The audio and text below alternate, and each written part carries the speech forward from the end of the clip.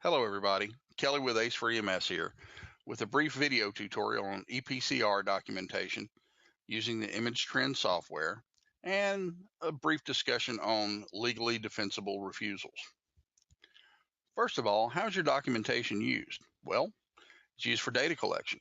It's used for patient care, record keeping, revenue generation and collection, QA and QI, and last but not least, it's a legal document, discoverable in court cases, and you should write every narrative and every PCR with the thought in mind that one day this might end up in court and be judged by 12 people who were too ignorant to know how to get out of jury duty. The data part falls under the National EMS Information System minimum data set. It's important to remember that accurate information is essential to data collection, and the data that we gather on every PCR is essential to evaluating EMS systems needs and overall system performance. A lot of the trauma research and EMS systems research that we use to drive forward our profession is mined from this data. And if the data entered in your EPCR is not thorough and accurate, suffer from the GIGO syndrome, garbage in, garbage out. So I would encourage everyone to fill out every element as much as possible on your EPCR data sets to make sure that this information is accurate. Quite a few EPCRs don't require you to fill out certain elements to close out the ticket and to submit it and upload it to the cloud or wherever it is, whatever server it is you use. But a great deal of those unrequired elements are essential elements for EMS systems research. So try to fill out your PCRs as accurately and as thoroughly as possible, including all those non-required elements.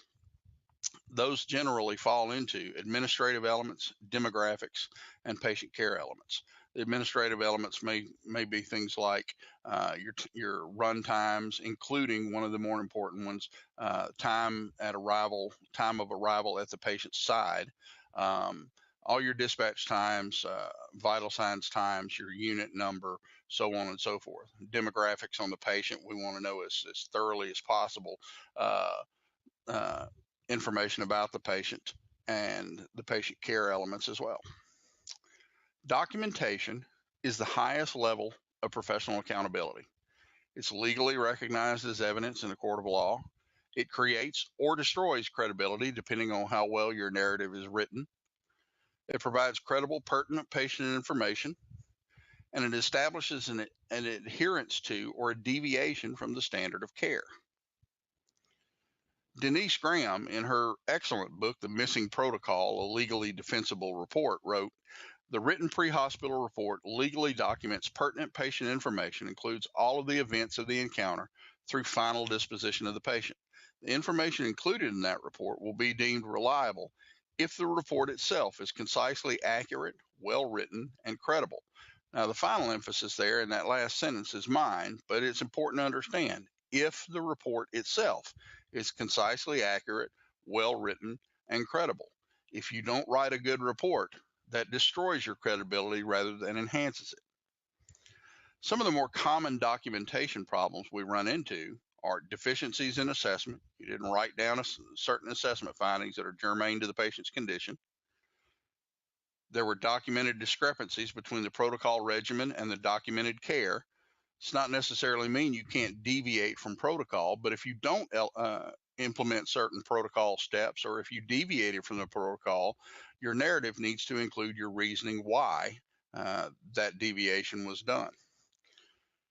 Omit the medication and treatment record. Quite a few PCRs are submitted with unable to obtain or unavailable in their medication records.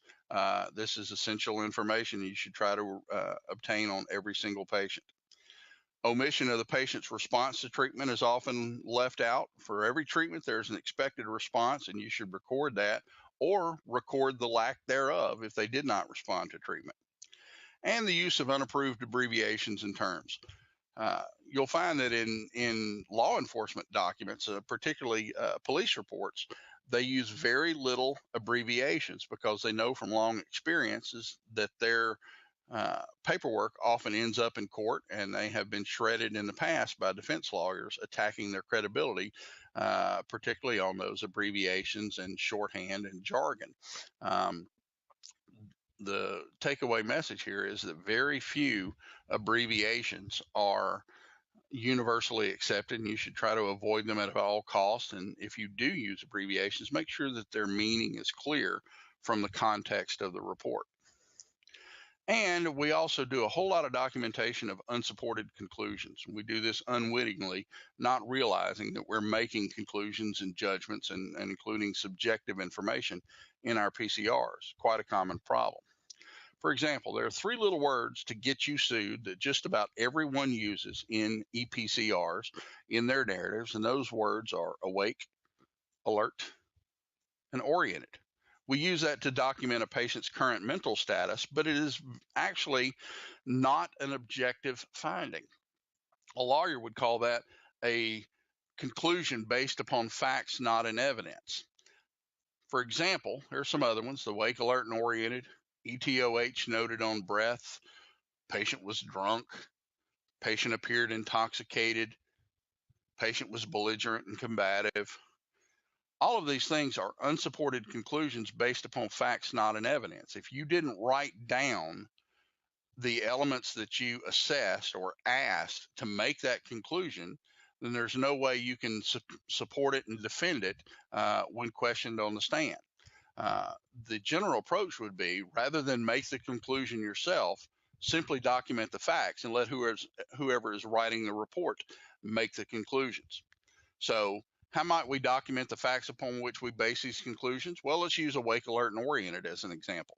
Instead of saying awake, alert, and oriented and making an unsupported conclusion, you would instead document, when asked, Mr. Jones was able to identify his wife, his neighbor, and the law enforcement officer on scene.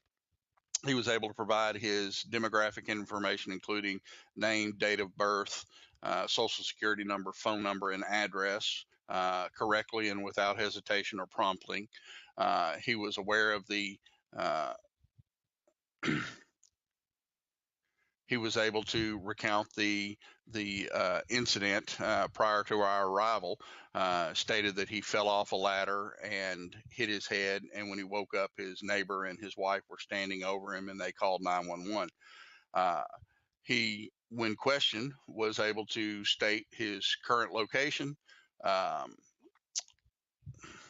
When questioned, he was able to state his current location, state that the President of the United States was Barack Obama, and when asked if he knew what time it was, stated that he did not know, but consulted his watch for reference.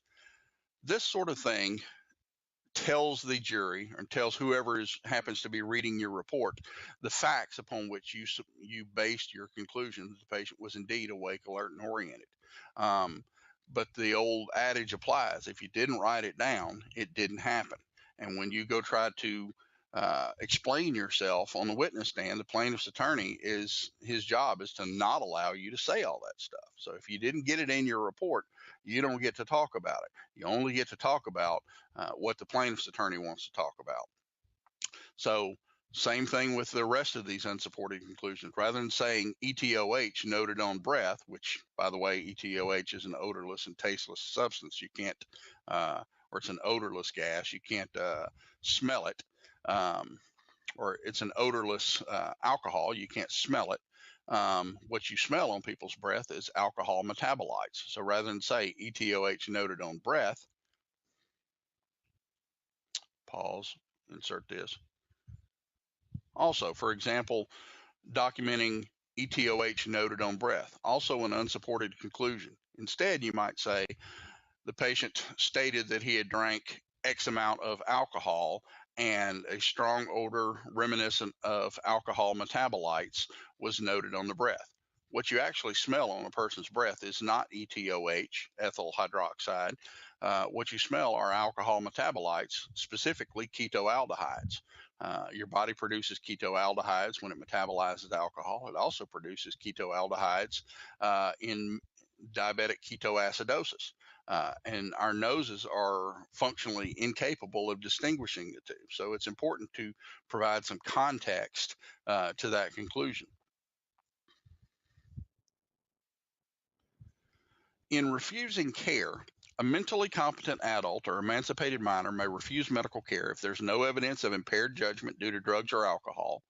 Note that I didn't say no evidence of drugs or alcohol. I said no evidence of impaired judgment due to drugs or alcohol.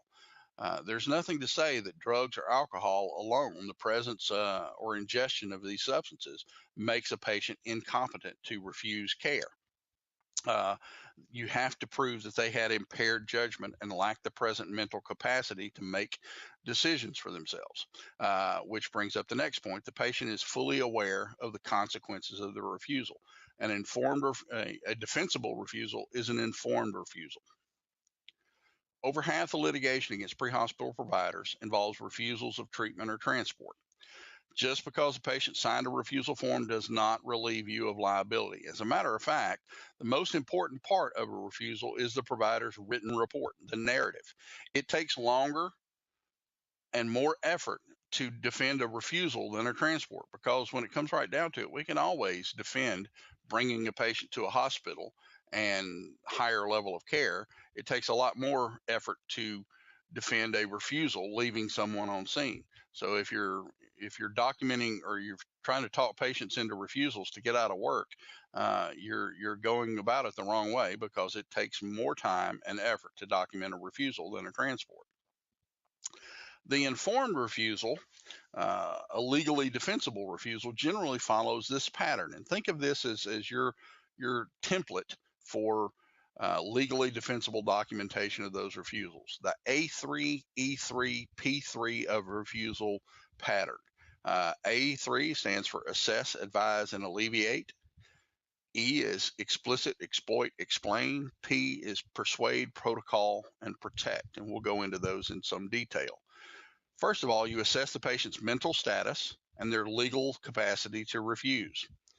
You advise the patient of their medical condition and the proposed treatment for it, and you alleviate the use of confusing medical terminology. Use layman's terms and document layman's terms as much as possible.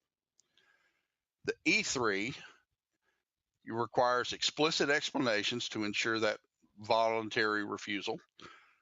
Any patient uncertainty, if you think they really need to go to the hospital and they're uncertain in any way, exploit that. Use their family, use whoever you can to convince the patient to go to the hospital and undergo treatment, including up to and including calling your base hospital physician or your medical control physician, see if they can talk to them and talk them into going.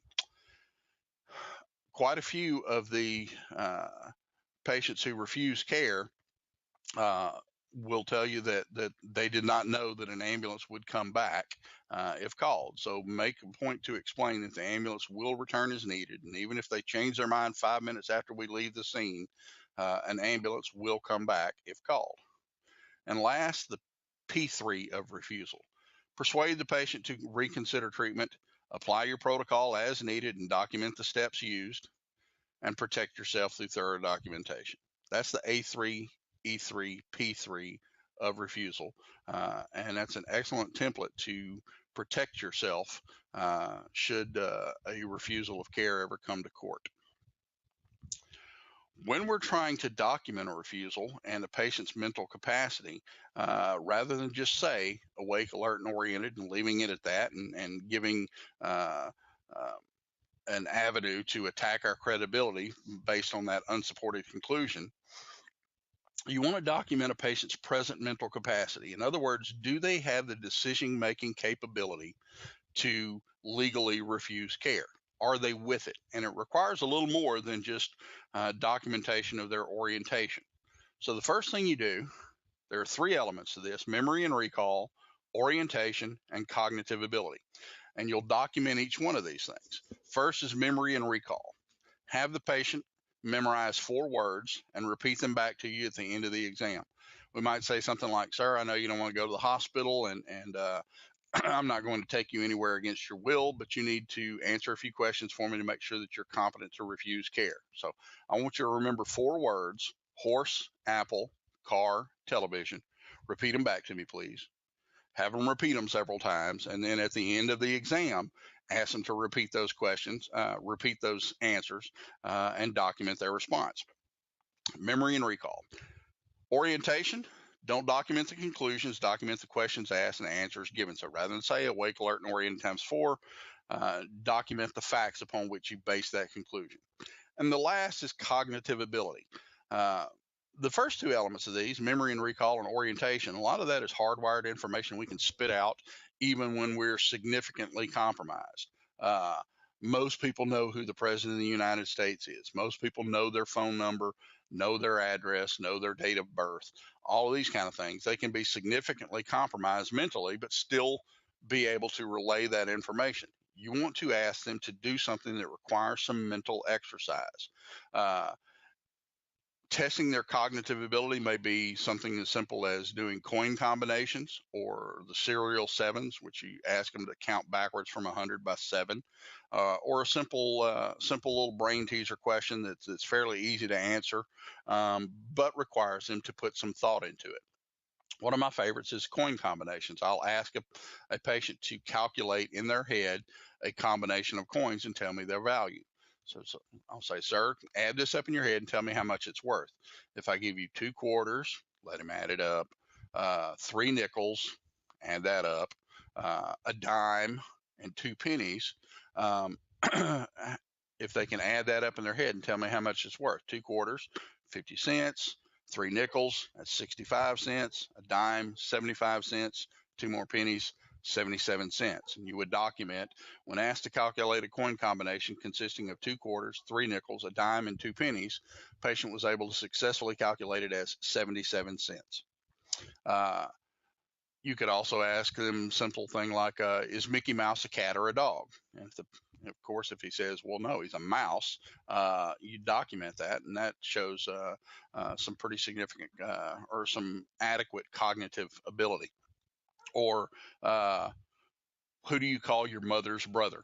And if they correctly say uncle, then that also demonstrates cognitive ability. The point is you want to be able to give some concrete information on the patient's ability to reason. Your narrative formats may fall into several different acceptable formats. Which one you use is up to you. The point is you should be consistent and follow a template for writing your narratives. A well-written narrative is essential for legally defensible documentation. You also need to understand that the assessment findings and the history that are documented in your drop-down list and your check boxes in your PCR for chief complaint and patient history and patient findings and stuff, that's all well and good, and it's a time saver. But if certain elements are pertinent to the patient's current complaint and condition, they should be included in the narrative. So if the patient, for example, has a chief complaint of chest pain, you can, if you want to check the cardiac history box in your patient history field, that's fine. But you also need to document the patient's history of cardiac problems in your narrative to give your report some context. And use a consistent format like SOAPier, chart, or cheated, or a time sequential narrative. Just be consistent in how you write it. We'll use chart, for example. Chart stands for chief complaint, the reason you were called, history of present illness, assessment findings, treatment, RX is treatment, transport, and including changes en route. Next, let's watch a brief video of an intoxicated patient with an injury who is refusing care, and let's see what we can find in the video that would tell us that he has the present mental capacity, even though intoxicated, to legally refuse care and to understand the ramifications of his decisions. My name's Barlow. I'm not giving my name. Anyway, alright, well, some stupid ass or some people came on here and tried to rob me. Got my buddy up, told me he's getting robbed. I looked at him, I said, what's going on, man? He said, we're getting robbed. I grabbed him and this old lady, pulled him in the door, shut the door, opened the door and ran out and chased him. Me and him chased him. I thought he went up the back. So I went up the back, and I ain't see nobody. He said he's out the front. So we ran out the front. We chased him out the front. They jumped in the car and left. Dude woke me up with a gun to my chest, talking about, get up, it's a robbery. So I was like, saying, all right, you want me to get up? Get up. I get up. And I seen him grabbing his pants. I was like, Randy, what's up?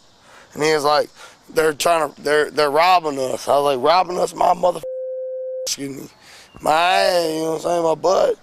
And I'll be damned. And I pulled him and his old lady in there, shut the door, and I went to go back out because I got a little pocket knife. I ain't gonna lie. He had a ball bat and I had a pocket knife.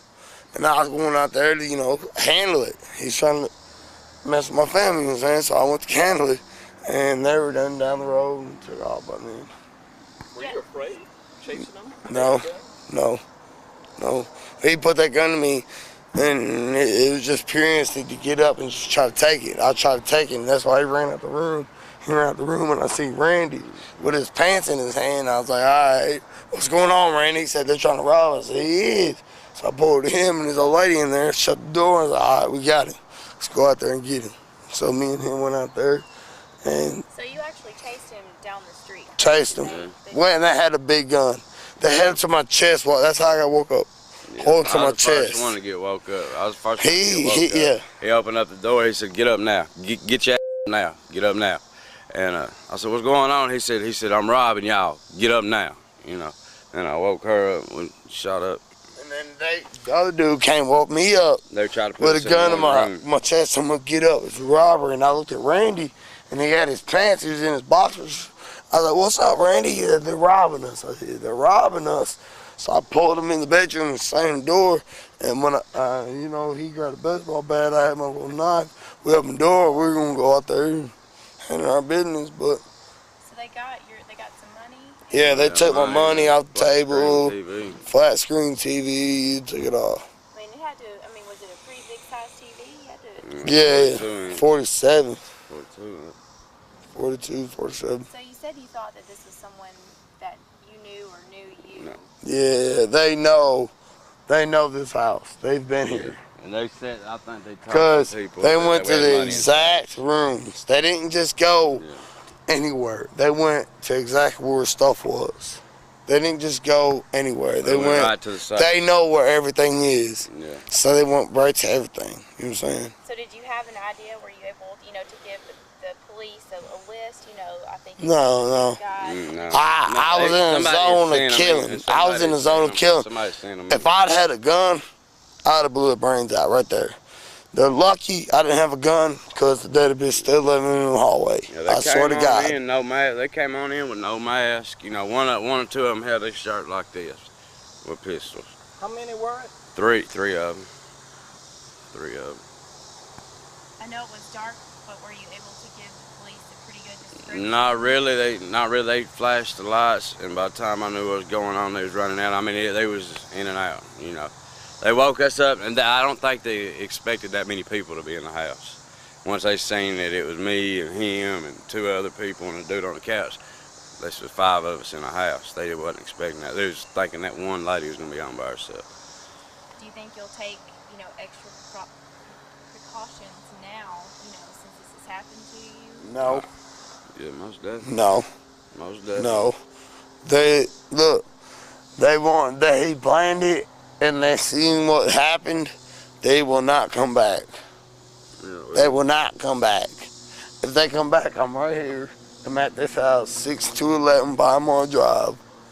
And I'm right here. They will not come back to this house. I can guarantee it. If they do, well, then it'll be the same problem again. But, no. Appreciate it. All right. Okay, I think we can all agree that Bo is drunk. The question is, how drunk? Is he so drunk that he lacks the present mental capacity to understand the ramifications of his decisions? Keep in mind that legal intoxication as a legal standard mainly has to do with reaction time and motor skills, not your mental capacity. And Bo gives us several clues here in the video that he still retains present mental capacity despite his obvious alcohol intoxication. Let's say, for the sake of argument, that in our interview with Bo, he denies that he was knocked unconscious when he received a blow to the head, he was pistol whipped, or whatever you want the scenario to be. He denies loss of consciousness, but adamantly refuses to go to the hospital and adamantly refuses to allow you to assess him. He will, however, answer questions, but he gets a little short-tempered to that, and he says, I'm still in a zone of killing, and doesn't want to answer any more questions, and threatens you that if you try to make him go to the hospital against his will, he'll be back in the zone of killing, and the fight's going to be on. So what can we tell from Bo's mental status, or about Bo's mental status from this video? Well, first of all, he is disinhibited, but he's not necessarily incompetent. You'll note that he uses profanity multiple times through the video, but he always remembers that he is being recorded for a television interview and apologizes afterward and tries to find some non-profane way of expressing himself. The other thing that you notice is that Bo relays the story multiple times with very little deviation. He tells the story, clarifies it, tells it again, and does that at least 3 times in the video, and doesn't vary significantly on the details. That evidence is pretty strong, or that is pretty strong evidence of adequate memory and recall. The last thing that demonstrates that Bo has some cognitive ability and reasoning ability is not only was he able to recall the events, but he was able to surmise that the people who robbed him had been in his house before. He knew that the fact that they went straight to the television, straight to the money, that they had been in the house before, and they had cased the establishment and knew exactly where to go. That requires some cognition, not just spinning out memorized facts and hardwired information. That requires some thinking. And when the reporter asked him if he feared them coming back, he said he knew they're not coming back. And if they do come back, he went and gave his address here and said, I'll be right here, but no, they're not coming back. Documenting the circumstances of that conversation will go a long way toward demonstrating that even though Bo wouldn't let you assess him, and Bo's obviously intoxicated, Bo still retained the present mental capacity to refuse care. Now we're going to show you how to use your Image Trend EPCR software. This is provided to us courtesy of our training partners at the Ruston Fire Department. Many thanks for allowing us to use this. When you use Image Trend, what we're going to talk about is specific to that system, but general principles of effective PCR documentation apply. Log into the system. Add your password.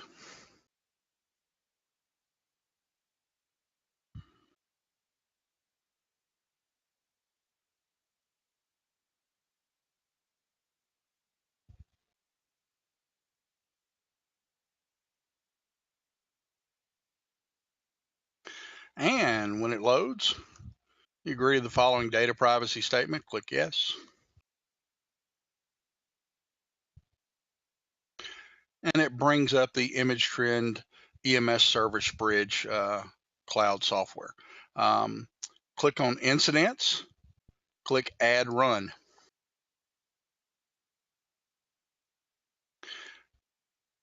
Incident Run Form version 2.3. This is your EMS standard run template that Ruston Fire Department uses.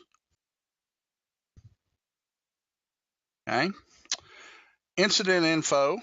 Much of this is included in the the NEMSIS data set, including your PSAP call, dispatch notified unit, dispatched en route, arrived scene, arrive at patient. Not always a required element in some EPCR systems, but it's a useful piece of information in the National EMS data set.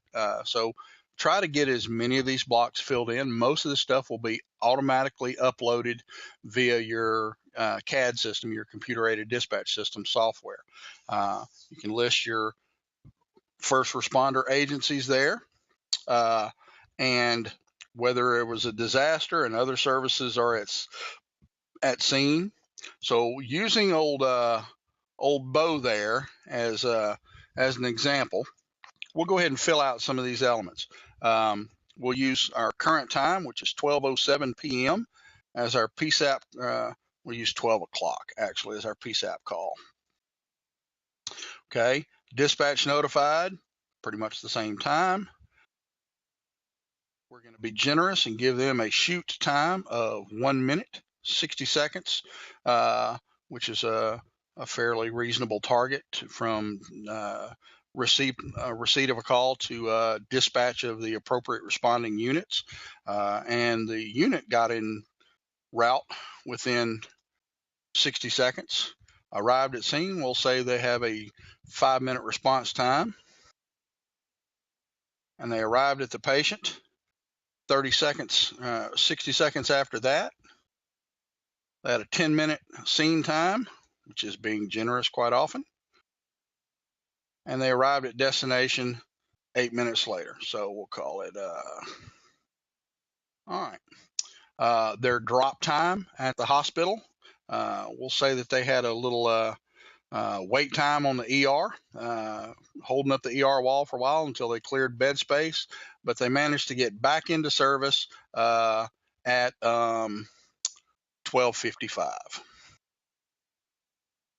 Generally, the time on task is the time from the time the unit is dispatched to the time the unit clears back in service. In most EMS systems, a desirable time on task is 60 minutes or less. Makes the most efficient utilization of your resources. We'll say that Ruston Police were the first responding agency, and there was no other services at scene. Okay. We'll call this incident number 92106. Responding unit was Medic 6. Response urgency was immediate. The EMD card would be, say, for an assault, so that's a signal 4, I believe. EMD was not performed. The dispatch reason was assault. It's usually in most EMD systems what they call a signal 4. That's the fourth call or the fourth card on your EMD flip charts. Starting mileage 00, at scene 04, at destination 11 miles, and ending mileage 15 miles. Put a crew number in there, and let's see if I'm still in here in the system. Here we go. Kelly Grayson, paramedic, patient primary caregiver, and I'm going to make one of my EMT students. Now we're going to make Chief Womack the other paramedic on the unit.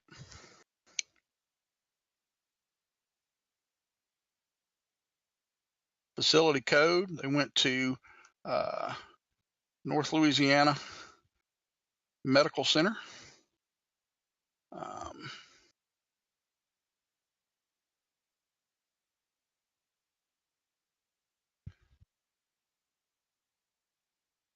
Found it. Northern Louisiana Medical Center in Ruston, obviously at the top of the pick list since they primarily work in Ruston. Okay. And we say we went to a private residence,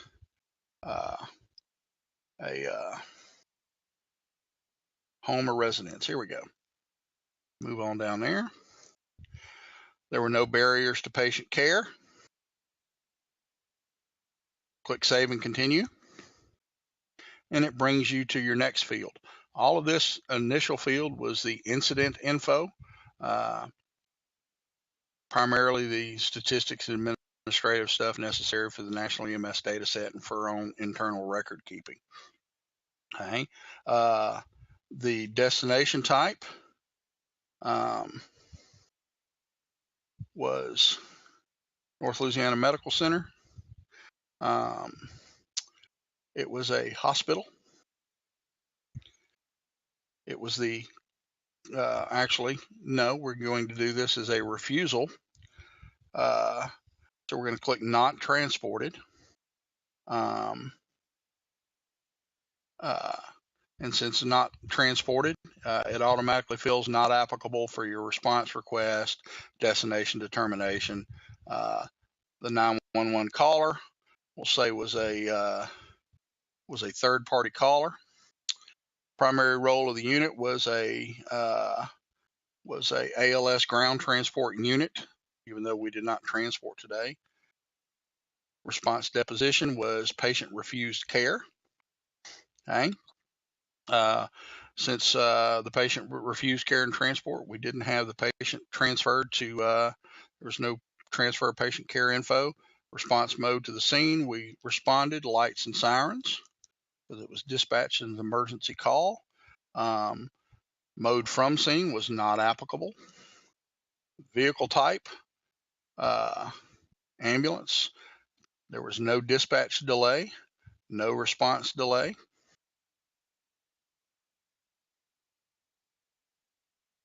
No scene delay, no transport delay, no turnaround delay.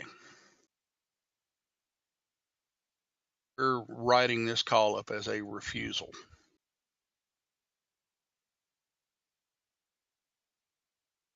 And let's say that old Bo,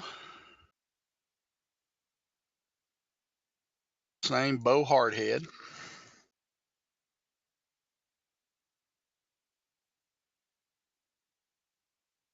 name Bo. There's an option there for repeat patient where it will look up patients already in the database by their name and date of birth or sometimes social security number.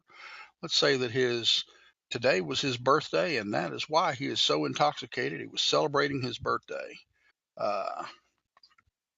And he was born in 1986, which makes him 30 years of age. Social security number, we'll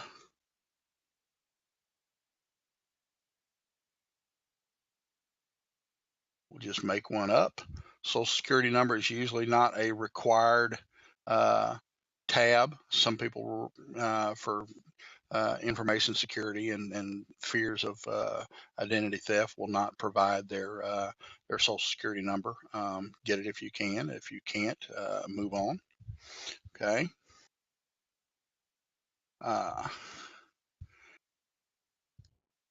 He's a white male, driver's license. Put that in there. Weight 175 pounds. Phone number 867-530-99. He does not have an advance directive, and since we didn't speak to a physician, didn't get his physician information, that information will be left blank. Okay, didn't get his occupation, and his address is 123 Anywhere Street, Ruston, Louisiana.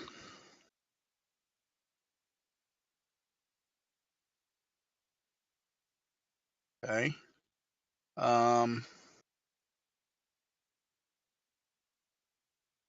71270. All right.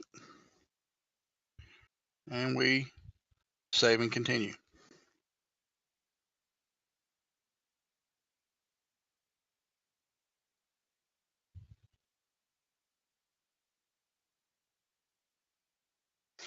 Now we move on to patient history. We'll enter the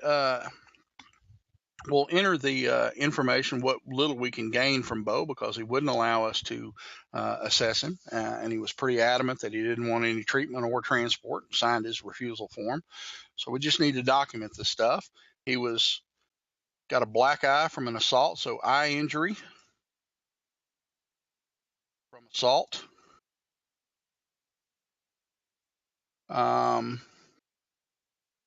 He is alcohol and drug use indicator. Yes. Patient admits to alcohol use. Intent of the injury was intentional, other. Someone hit him, pistol whipped him with a gun. It was an assault. Mechanism of injury was blunt trauma, or as blunt as a pistol can be. Primary symptom was, we can find pain. Okay. Said his eye hurt a little bit. Okay. Anatomic location of the complaint was head. Organ system of complaint, mainly musculoskeletal, because it's not really his eye, it was his orbit, the soft tissue around his eye. He has no medical history. Got that information directly from the patient. Again, fill these out as closely or as thoroughly as possible. We're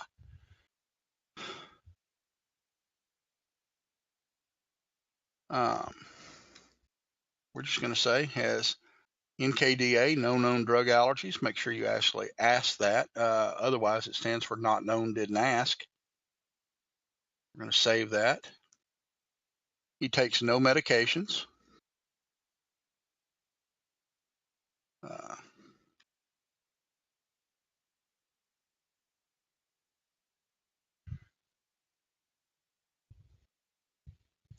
And we're going to save that and continue on.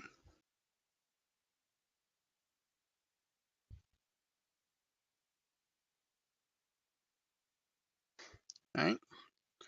That's our history.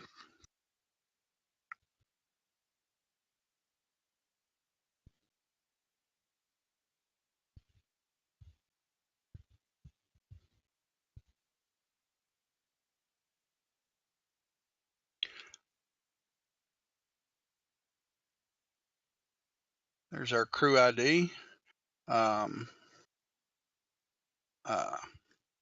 We didn't under any treatment. So I'm not going to enter medication here. We used gloves. No contact with body fluid. Protocol we initiated was, roll down here,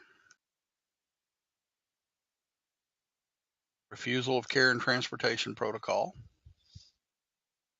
Never applied the cardiac monitor, so that's cardiac arrest data is not necessary. There was no prior aid. We'll save and continue there.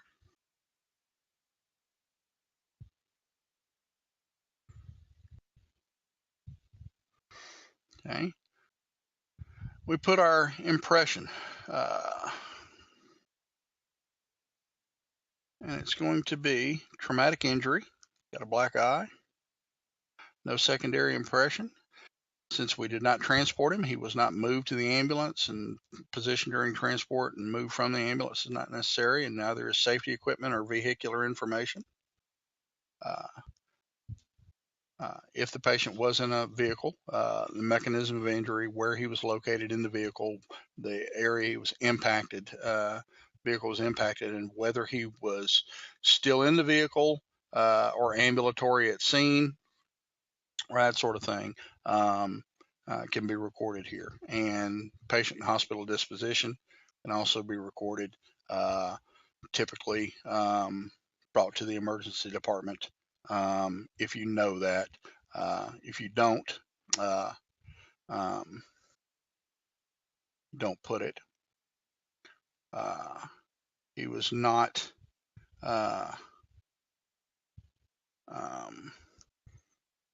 transported to the hospital, so that's not applicable.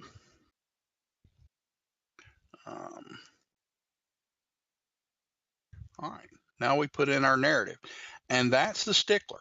In just a moment, I'll show you, after I've typed in my narrative, how we would go about documenting Bo's capacity to refuse care, his present mental capacity to make those decisions for himself, and how we would objectively document his refusal of care, despite the fact that he is intoxicated and refused to let us examine him.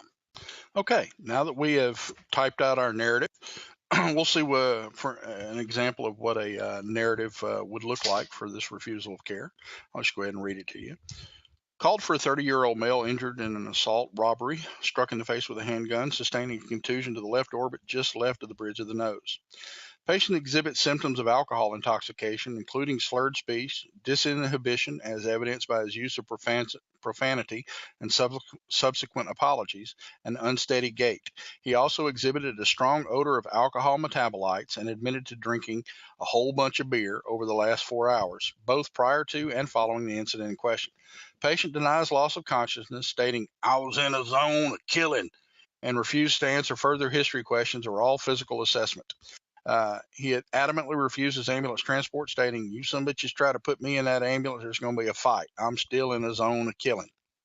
However, he appears to have pink, dry skin, no other obvious injuries to visual examination, and interacts appropriately with his environment. When asked, he provided his name, address, date of birth, social security number, and telephone number correctly and without prompting.